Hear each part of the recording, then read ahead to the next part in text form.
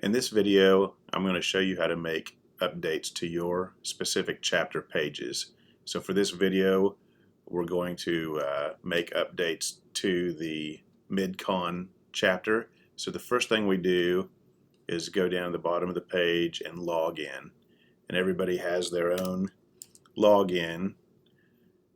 So just log in with your information. And once you're logged in, you'll have this little window. Just close that out. And now we're on the page. And you know you're logged in because of this top bar up here. So the first thing you'll do is you'll go to your chapter page. In this instance, we're going to Mid-Continent. So a couple things I want to show you. Right here we have monthly meetings, upcoming events, and both of these say there are no events to display.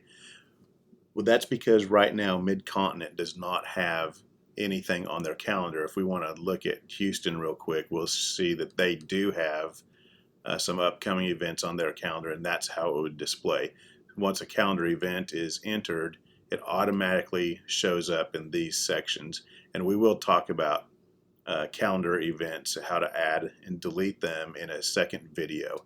But let's go back to the Mid-Con, and so we're on the main page for the Mid-Continent chapter, and if anything wants to be updated here, all you need to do is go up here to edit mode, and then once in edit mode, you can roll your mouse over. Anything that's green can actually be updated. We do ask that you, wherever it says there are no events to display, don't modify those. That's automated, so anything that's added to the calendar will automatically be pulled into those sections. But if you have other new quick links to add, you can do that here. Simply you just click on it, go to edit block, and this then just turns into like a word processing, and you can go in and add a new quick link. And if you had a link, then you would just highlight it and go up here to the little link icon, and then you would put in the URL that it's going to, and then I like to change the target to tell it to go to open in a new window, but I don't have the link, so, and I will be showing you this here in a little bit on some other stuff. So once if you made a change, you could save it. In this instance, we're not saving it, so we're just going to hit cancel, and that didn't make any changes.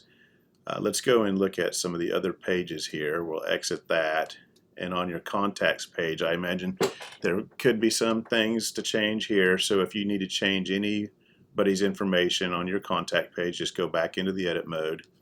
You could scroll over, and if you needed to change, like say somebody's company changed, you just go and edit it, and then it's just like a word processing program. You could just type it in. If somebody's email changed, you see how this is red and it turns black when you mouse over. That means it's a link. So if you needed to change an email, you highlight it and then go to the little link icon, and then this is where you put in the email, and then you just hit OK and come out here and save.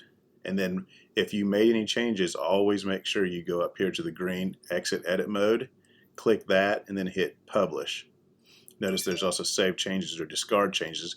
If you made changes that you don't want to keep, you could hit discard.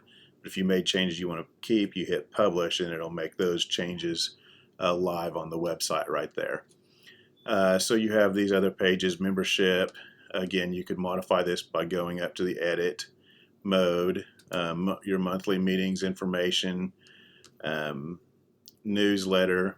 If you have newsletters to add, these right now for Mid-Con, it looks like these go to their constant contact account.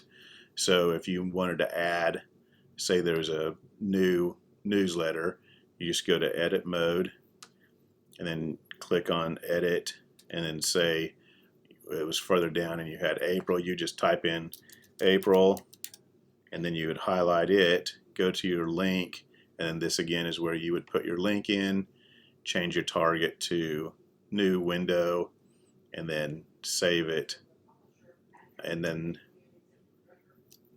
now if you want to, we made that save, but that's not actually something we want to do, so we could go back to edit and just delete that and then save again. Now we made changes, so we want to go up to exit and publish changes, and then there's your changes for that.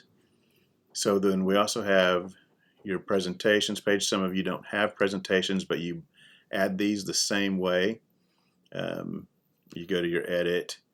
If you need to change anything, you just go to edit block. If you're going to add, you find one where it shows column, and then you hit add block. And in this instance, these are downloadable files. So when you hit add block and we want to come over here and we want to add a file, and so then we put what the name of the document that you want to show up, name of presentation. Always click force file to download, and then you choose your file. Now what you do is this takes you to the file manager. So if you have if it's a PDF file or a Word file or a PowerPoint, you just go to your desktop and you drag it over here, and I'll just drag a Word document over here, and it uploads, and then it's right there. So you just click select, and then you add it, and then you see right there it is. If you want it to be at the top, you just grab this and drag it up just like that, and now it's working. If you're done, you go to exit and publish, but we're going to actually delete this because we don't want that to be published, and that's simple as just deleting. And then you exit, publish changes. We didn't actually make any changes, but that's fine. You got your student section. Again, you could easily make changes here.